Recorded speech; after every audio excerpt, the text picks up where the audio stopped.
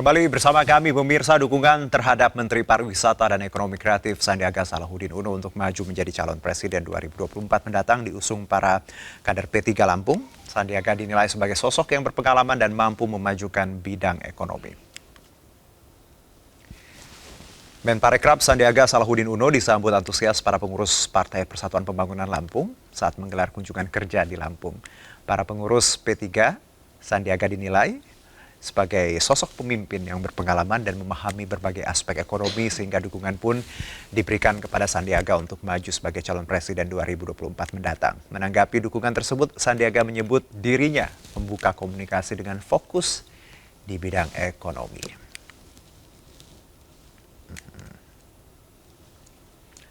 Baik, kita masih membahas mengenai strateginya Pres Sandi gabung P3. Saya kali ini ke Bang Ahmad Baidowi bahwa disebutkan tadi sosok Sandiaga Uno akan sangat menguntungkan bagi P3. Menurut Anda, Bang Owi? Ya, tadi kalau dikatakan ibarat durian runtuh ya tergantung duriannya gitu.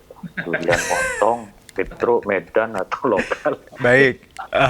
Atau durian matang atau durian masih mentah gitu. Nah loh. Tapi begini, soal memiliki dampak elektoral bagi P3, saya kira siapapun yang bergabung kepada P3 sebagai sebuah partai politik kami terima secara terbuka dan kami yakini akan memberikan dampak elektoral. Karena dalam politik itu ada juga begini, satu musuh terlalu banyak, 1000 teman itu masih kurang. Artinya apa? Semakin banyak orang yang bergabung, kita tentu pasti setidaknya itu mendapatkan dampak gitu. Tentu sekali lagi kami tidak ada niatan untuk membaca kader partai lain. Kita menghormati fatsun politik. Maka kemudian dalam setiap kegiatan P3 itu P3 selalu mengundang beliau dalam konteks Menteri Pariwisata dan Ekonomi Kreatif. Karena kebetulan beliau misalkan ada kegiatan di suatu daerah, kebetulan nyambung dengan teman-teman di daerah, ya kita bikin silaturahmi, diskusi dengan temu ulama, dan P3 kan banyak ulamanya gitu kan. Dari situlah kemudian dianggap bahwa P3 sedang mendekati Bang Sandi untuk direkrut menjadi kader, padahal sama sekali itu tidak ada. Kalaupun ada informasi-informasi yang disampaikan oleh Pak Dasko, ya nanti bisa dikonfirmasi ke beliau siapa yang menyampaikan informasi tersebut. Baik. Bang Andi, bahwa tidak ada bajak-membajak. Tanggapan Anda, Bang Andi, apakah Gerindra merasa temannya dibajak seperti itu? Bang Andi? Bang Halo. Andi? Ya, dengar nggak? Ya, silakan Bang Andi. Kami nggak merasa dibajak sih. Itu kan Gerindra ini menempatkan kader-kadernya adalah politisi yang dewasa ya. Jadi masing-masing memiliki hak gitu. Tentunya langkah politik yang dilakukan mengandung konsekuensi yang sangat besar ya. Jadi mau berlabuh dimanapun ya kita udah biasa seperti itu ya. Ditinggalin, keluar masuk itu juga ada. Dari partai lain masuk ke kami juga ada. Dari kami keluar juga ada gitu. Jadi kami nggak merasa itu ditinggal atau dikhianati atau apalah gitu. Jadi kita ya dengan kedewasaan berpolitik tentunya itu yang dibawa para kader-kader seperti itu. Baik, Bang Andi, tapi kecewa tidak sih dengan cara seperti ini? Dengan mungkin tadi sikapnya yang Bang Sandi belum ngomong ke Pak Prabowo, dan tadi kita dapat informasi dari tim lain, dari orang lain, dan P3 juga tadi kalau dari Bang Owi tidak membenarkan tapi juga tidak mengingkari kabar itu. Bagaimana? Ya, kami nggak ada kecewa-kecewa apapun. Nggak kecewa? Tinggal memilih aja. Bang Sandi silakan memilih kalau mau ke P3 silahkan. Tentunya dengan pamit yang baik-baik ya. Jadi komunikasi bagaimanapun juga kan mungkin sekarang ada keretakan, tapi kan ke depan terkadang dalam politik itu berkawan seperti itu. Jadi sesuatu hal yang biasa dalam politik itu. Gitu. Kalau kami kecewa sih enggak. Tinggal kedewasaan berpolitik Bang Sandi aja diuji sekarang ini. Antara mungkin beliau yang saat ini dalam bayang-bayang Pak Prabowo di Gerindra ya, sehingga mempersulit akselerasi politik beliau ya, atau mungkin dia akan lakukan akselerasi politik di luar Gerindra dengan berlabuh di partai lain yang mungkin membutuhkan tokoh ya yang sekelas dia. Boleh-boleh aja, itu kan hak politik, sekali lagi itu hak politik kader gitu. Tentunya mengandung konsekuensi yang sangat besar gitu. Apakah nanti belum tentu juga nanti penerimaannya menjadi bagus. Ya, jadi masing-masing kader ini kan kalau melakukan manuver juga pasti semacam turbulensi politik dalam diri dia juga bisa muncul gitu. Yeah. Tapi itu hak mereka, gitu, hak beliau gitu. Baik, jadi belum tentu pindah juga hitung-hitungannya bagus ya, Bang Andi. Saya ke Mas Adi. Mas Adi, kalau kita lihat dengan ya tadi ya, dua-duanya baik Gerindra maupun P3 masih sangat diplomatis dalam menyikapi semuanya. Tapi kalau kita lihat lagi ke intinya, Mas Adi, ketika Bang Sandiaga akan berlabuh ke P3, apakah Mas Adi melihat bahwa elektabilitas dari P3 sendiri akan bisa didongkrak dengan hadirnya sosok Sandi dengan tadi logistik yang Anda sebutkan, popularitas yang tinggi seperti itu? Ya, biasanya ada efek itu. Biasanya? Oke. Ya, biasanya ada. Kalau sudah definitif masuk dan dinyatakan sebagai anggota ataupun kader dari P3.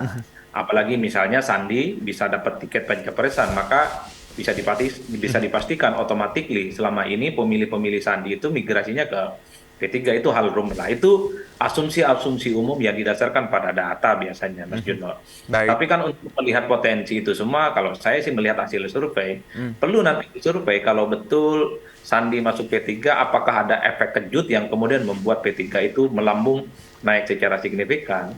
Karena ini menjadi penting ya, penegasan untuk maju itu kan memberikan stimulus bagi orang yang selama ini mendukung Sandiaga Uno tapi belum terafiliasi secara politik.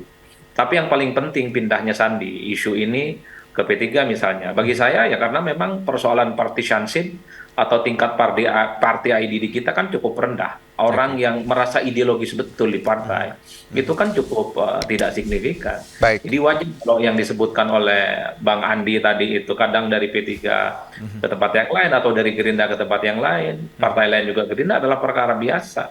Karena ideologi politik di kita itu cukup cair. Apalagi pada saat yang bersamaan saya melihat isu soal Sandi bergabung ke P3 itu kan bukan Sandi yang bicara, bukan P3 yang bicara. Justru ini disampaikan oleh Pak Dasko ya sebagai ketua harian di Gerindra. Bahkan tadi kawan wartawan ngasih bocoran, tahu nggak Mas Adi katanya, tadi kita nggak mau tanya tentang Sandiaga Uno yang isunya pindah ke P3, tapi Pak Dasko menggoda wartawan untuk bertanya itu. Kalau dari Mas Adi, dari gestur ini, apa yang Anda tangkap sebenarnya? Ya, ini sebenarnya ingin mengakhiri spekulasi bahwa di Gerindra itu ada matahari kembar soal pencapresan. Gerindra kan sudah deklaratif, usung kembali Prabowo maju di 2024. Sementara tidak lama setelah itu, Sandi juga mengatakan siap maju Pilpres. Itu tentu menimbulkan kebingungan di internal elit ataupun basis konstituen Gerindra. Maka jalan terbaiknya sepertinya Sandi itu kalau ingin maju, tentu didorong maju lewat partai politik yang lain. Kan itu sebenarnya yang dibaca, Pak. Tidak ada dinamika, tidak ada riak, tidak ada resistensi. Ini menunjukkan bahwa daya adaptasi Sandi terkait dengan semua partai politik tentu cukup baik. Mas Adi, tidak ada riak, tidak ada resistensi, termasuk di dalam tubuh Gerindra. Betul kan, sejak Sandi menyatakan siap maju Pilpres, satu pun tidak ada elit-elit Gerindra yang kemudian mengkritik secara keras minta Sandiaga Uno untuk keluar dari Gerindra, tidak ada. Tapi kalau Bang Andi tadi bilang ada etika yang belum sampai gitu ke Pak Prabowo. Ya, Bang Andi kan tidak kelihatan suaranya untuk meminta Sandi keluar dari Gerindra sejak lama. Itu menunjukkan Sandi ini adalah orang yang juga cukup spesial di Gerindra. Karena yang berani ngomong soal Sandi cuma Sufmi Dasko, yang lain tidak ada yang bicara, Mas. Dan Pak Sufmi Dasko juga bicaranya baik-baik saja bahwa Sandi sangat mungkin sebentar lagi sudah pindah ke P3 dan itu bagi mereka adalah jalan keluar yang sama-sama menguntungkan. Gerindra tidak dipersepsikan ada dua matahari dan Sandi bisa memelihara asanya untuk bisa maju di 2024, entah sebagai capres ataupun sebagai cawapres. Oke, menarik. Entah sebagai capres ataupun cawapres, itu yang mungkin akan saya tanyakan di ujung-ujung. Tapi saya ke Bang Owi lagi. Bang, bahwa ketika tadi Anda menyebutkan satu musuh terlalu banyak ya, 1.000 teman tidak cukup. Ketika siapapun yang datang ke P3 pastinya diterima, termasuk Sandi, seperti itu. Dalam beberapa kesempatan kita tahu bahwa komunikasi sangat baik, Anda sebutkan tadi di awal. Apakah memang dalam komunikasi itu ada iming-iming, ya, maaf saya gunakan kata ini, bahwa silakan ke P3, kita usung Anda jadi capres. Ada seperti itu? Enggak, cuman kita sampaikan bahwa P3 ini bergabung dengan KIP. Baik. Bahwa sampai saat ini kita belum menentukan calon presiden. Baik. Nah, kita sampaikan juga bahwa Sandi termasuk salah satu nama potensial yang dimonitor perkembangan elektabilitasnya. Tentu di selain Sandi ada Erick Thohir, ada Ridwan Kamil, ada Pak Ganjar, dan beberapa nama lainnya yang terus dimonitor. Dan itu kan kita fair menyampaikan kan. Itu disampaikan ya? Kalau kita sampaikan kepada semua tokoh, tidak hanya Bang Sandi. Yang terpotret dalam lembaga survei, termasuk surveinya Mas Adi Prayitno itu, kan mereka muncul nama-nama itu. Ya kita sampaikan bahwa KIP terbuka untuk mendukung Anda, silahkan Anda berikhtiar untuk mensosialisasikan kepada publik, setidaknya nanti popularitas dan elektabilitasnya semakin bertambah. Dan P3 itu tidak hanya dengan Pak Sandi, tetapi juga dengan Pak Erick Thohir, dengan Pak Ganjar, dan juga dengan tokoh-tokoh lainnya. Baik, kalau tadi Anda menyebutkan bahwa sebenarnya bagaimana P3 berkomunikasi dengan banyak pihak dan ya tidak hanya Pak Sandi, tapi ketika kita tahu bahwa Sandi dikabarkan akan merapat ke P3 ini dari orang Gerindra, ya, bagaimana P3 melihat ini? Apakah ada sesuatu yang bisa ditafsirkan kalau dari sudut pandang P3? Ya, kita tidak tahu konteksnya Pak Dasko menyampaikan seperti itu, apakah karena saking seringnya Pak Sandi itu bareng dengan P3 diundang dan hadir di acara P3 sehingga terlontar pernyataan seperti itu, atau memang ada informasi yang berbeda. Tapi kami pastikan sampai hari ini dalam struktur kepengurusan terbaru, nama Pak Sandiaga Uno tidak ada dalam struktur pengurus harian DPP P3.